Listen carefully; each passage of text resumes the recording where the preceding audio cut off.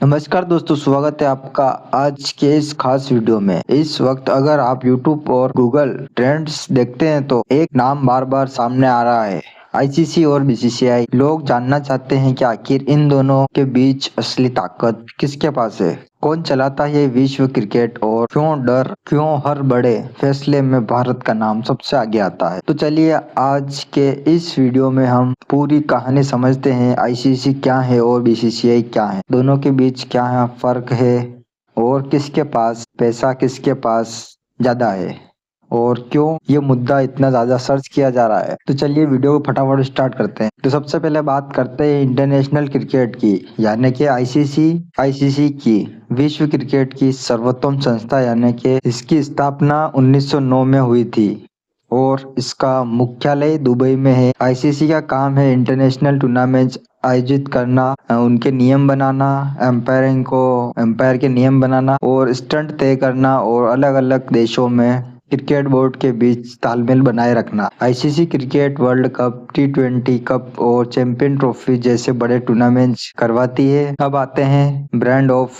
Control of cricket India, यानी कि BCCI. BCCI Bharat में क्रिकेट का संचालन करती है, मतलब भारत में क्रिकेट चलाती है। लेकिन दोस्तों, सिर्फ भारत का क्रिकेट बोर्ड कहना शायद इसकी ताकत को कम करने और कम आंकना होगा। आज बीसीसीआई दुनिया का सबसे अमीर और सबसे प्रभावशाली क्रिकेट बोर्ड माना जाता है। इसकी स्थापना 1928 में हुई थी और आज इसके पास इतनी आर्थिक शक्ति है कि पूरे क्रिकेट की दिशा तय करने में इसकी बड़ी भूमिका होती है।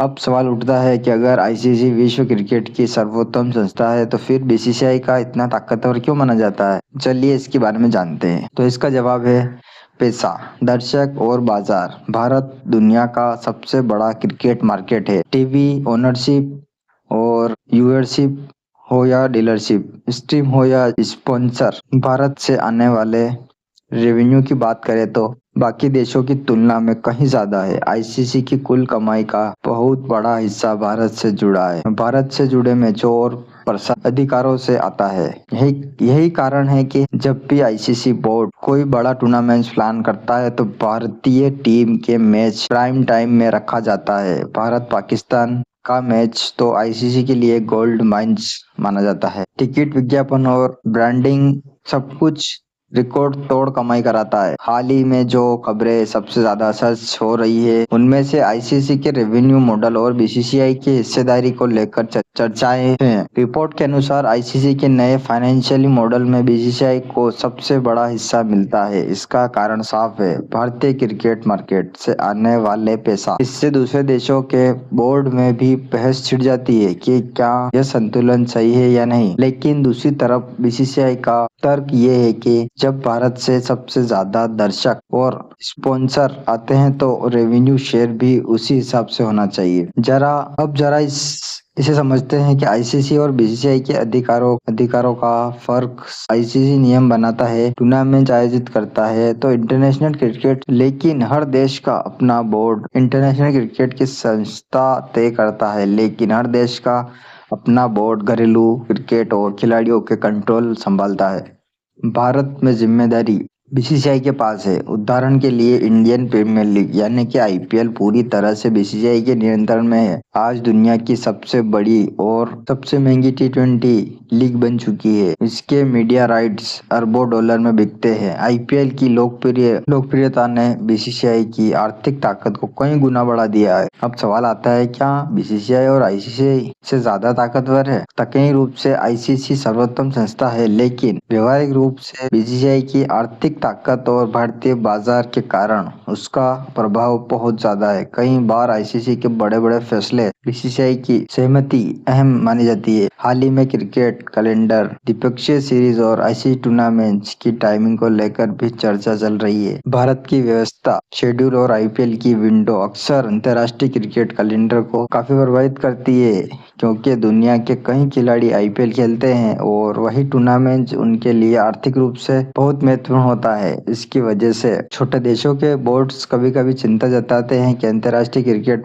लीग पर क्रिकेट हावी हो रहा है। लेकिन दूसरे तरफ यह सच है कि आईपीएल ने खिलाड़ियों की आर्थिक सुरक्षा दी है और क्रिकेट को ऊंचाई दी है। अब बात करते हैं पावर स्ट्रक्चर की, तो आईसीसी चेयरमैन और बोर्ड ऑफ द डायरेक्टर्स होते हैं। बीसीसीआई के भी अपने अध्यक्ष और गवर्निंग काउंसिल होते हैं। दोनों संस्था अपने अपने क्षेत्र में स्वतंत्र है, लेकिन विश्व क्रिकेट में एक दूसरे पर निर्भर भी है। हाँ, आजकल जो सबसे ज्यादा सर्च हो रहा है वह है क्या आईसीसी पर बीसीसीआई का दबदबा है। इस सवाल का जवाब है इतना सीधा है, बीसीसीआई प्रभावशाली रूप जरूर है, लेकिन आईसीसी में अन्य बड़े बोर्ड जैसे इंग्लैंड और ऑस्ट्रेलिया का भी प्रभाव है। हालांकि मानना पड़ेगा कि भारतीय क्रिकेट की लोकप्रियता ने बीसीसीआई को विश्व क्रिकेट में सबसे मजबूत आवाज बना दिया। अब फैंस के नजरिए से देखते हैं तो उन्हें इससे फर्क सिर्फ इतना पड़ता है कि क्रिकेट रोमांच और निरपेक्ष होना चाहिए, लेकिन पर्दे के पीछे आर्थिक मॉडल और रेवेन्यू शेयरिंग और राजनीति समक्षण भी अहम भूमिका निभाता है। तो दोस्तों, अगर